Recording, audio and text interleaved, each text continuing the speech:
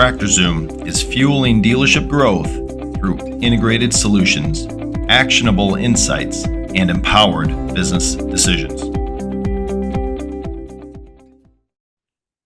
Hello, everybody. Associate Editor Ben Thorpe here, back with another episode in our Used Equipment University series with TractorZoom. Today, we are talking with Matt at Akers. And before we jump into this, Matt, why don't you give us a quick intro on who you are and what you do? Sure. My name's Matt Strachey. I'm the used equipment manager for Akers Equipment.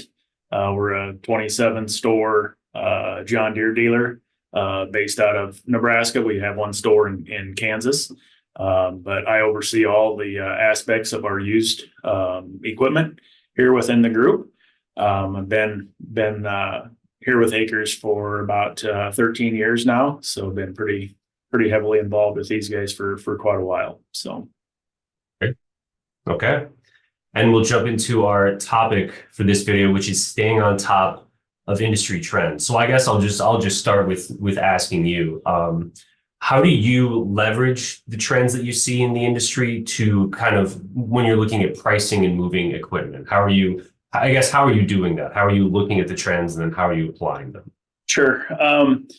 So I think, my role here is really heavily involved in forecasting. I do a lot of that, so on our needs and the trends side of things. So I spend a lot of my time, I guess, just really kind of studying our inventory, looking how each segment is trending. I'll look at our inventory levels overall, but then that can give me one gauge there. But then digging further into it, and looking at what our trends are, our inventory levels within each product segment, whether that be tractors or combines or tillage planters, that sort of thing. So we can break that down and get a little closer look at all of that. So, I've got the ability to be able to look at what we've done historically, as well as, where we're at currently on a year to date, where we're at within the company. And so then, with all of that data collection on there, I can see how our inventory levels have changed, over the last 6 months, 12 months, 18 months. I can look at that to try to develop some sort of trends on what we're seeing on there. And then also kind of see what our inventory does depending on seasonality. Some of the equipment that we sell has a very seasonal component to it, rather than something that you would sell throughout the year, such as like tractors. They're selling throughout the year, but your combine sales source, those things are a lot more seasonal type products. So I'm able to kind of look at that and break that down on where our peaks and valleys are within each one of those things, and then try to analyze that data and then be able to make the recommendations on what we're if we need to price something more aggressive, or, we can pull back a little bit because of inventory levels, that sort of thing, so it's a lot easier to have that data driven understanding of what our inventory level is at the moment, where we see it, what it's historically done, and then we can make those adjustments pretty quick within the company to be able to try to put us in a good market spot, going forward. Sure. I guess something I'm curious about too, because this is, conversations that I'm having a lot. What are some of the trends that you're focusing on right now? Like maybe even the last couple of days, like what's some of the stuff that you've looked at and identified? For us, combine trends are always a big thing for us. I mean, we're an extremely large volume in the combine segment. So that's something that we pay really, really close attention to. The combine market, there's a lot of movement in that. A few years ago, combines were tough, late deliveries, that sort of thing. Obviously, most of that is all flushed through now. You're seeing the combine inventory levels rise, at a pretty rapid pace as all the manufacturers have come back online.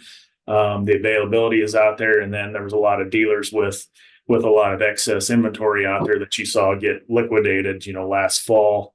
Through the winter months, end of the year, on that end of it. So that's something that I pay pretty close attention to.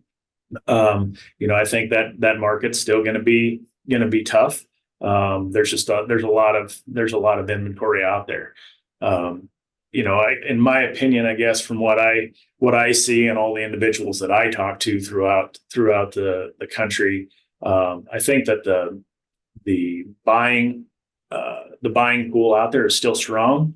There's a lot of activity going on. It's just that there's such a large amount of inventory to pick from.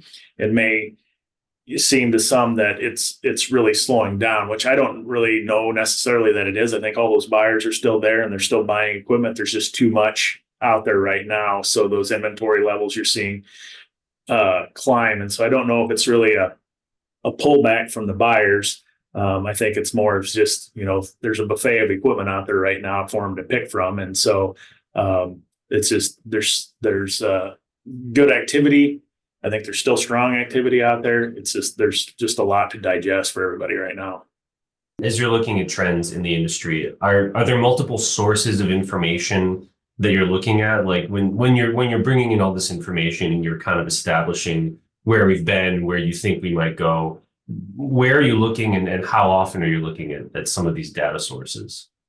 Yeah, so we utilize several sources to try to understand what the market's doing, and more importantly, probably the direction it's moving. Because in my world, you have to be forward thinking. It's not just what it's doing now; it's what do you think it's going to do because of the time frame. When these deals happen and when you actually secure that piece of trade-in equipment.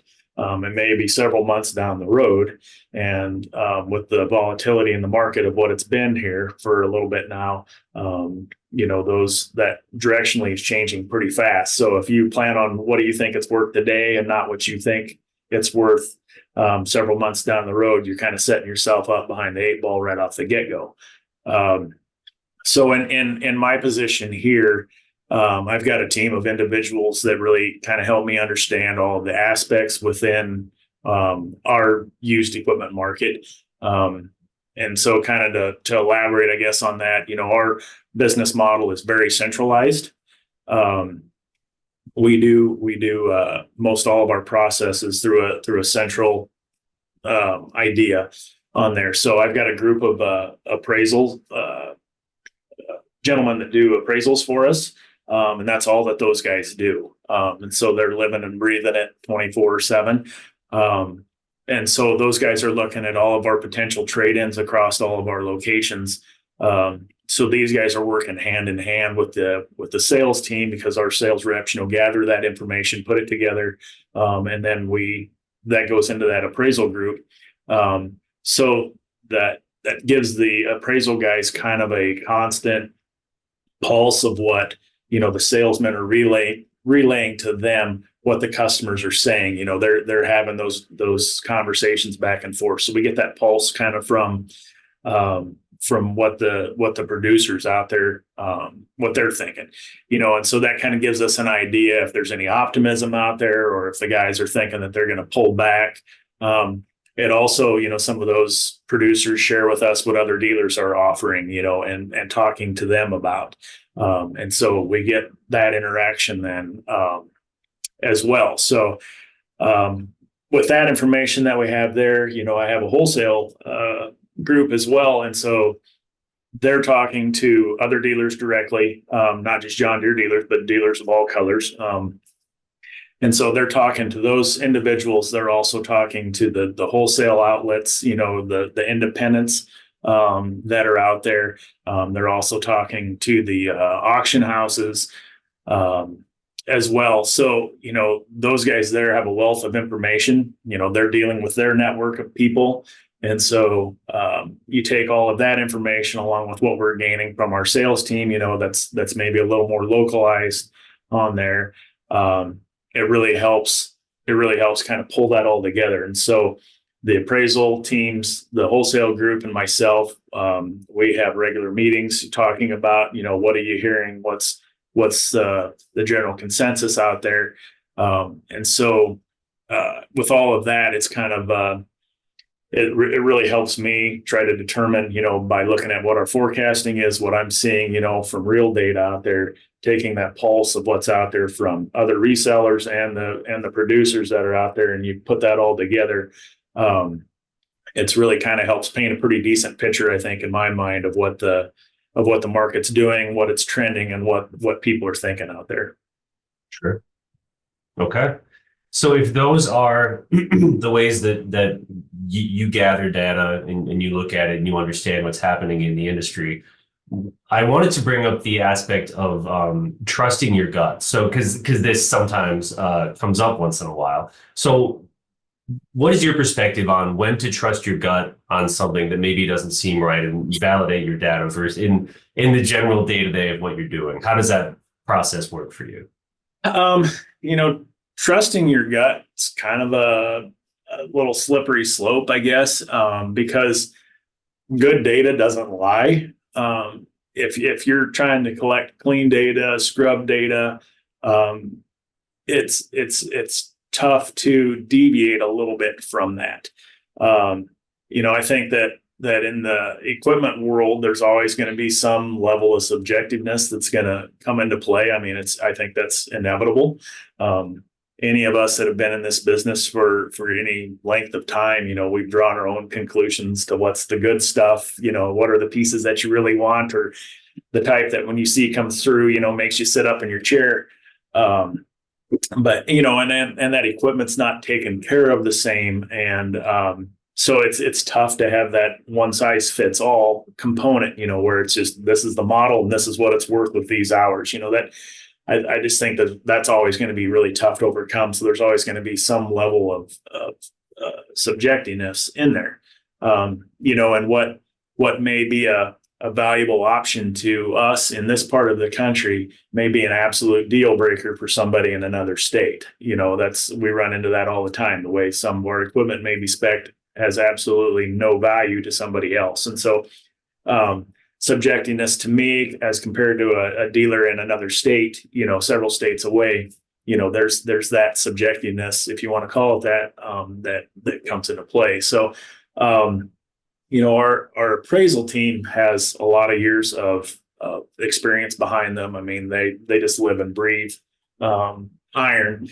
And so these guys, they're all in constant contact with each other. I mean, minute by minute, they're talking back and forth with each other. And so they've got an easy way to kind of collaborate on something. So if a unit comes through that maybe one of our appraisers feels like this is a level of subjectiveness that's outside of the norm, it's easy for him to start pulling the other appraisal members in and talking to them through it. What do you think and how do you feel on this? And I'll get involved in some of those conversations as well. But between that group of people, we can easily kind of put a gut value on that piece, and put that subjectiveness in there. On there, it's and I think that's one of the things that kind of really helps us with the centralized process that we do, is it kind of takes some of that emotion out of play for the individual dealers that are really close to that deal.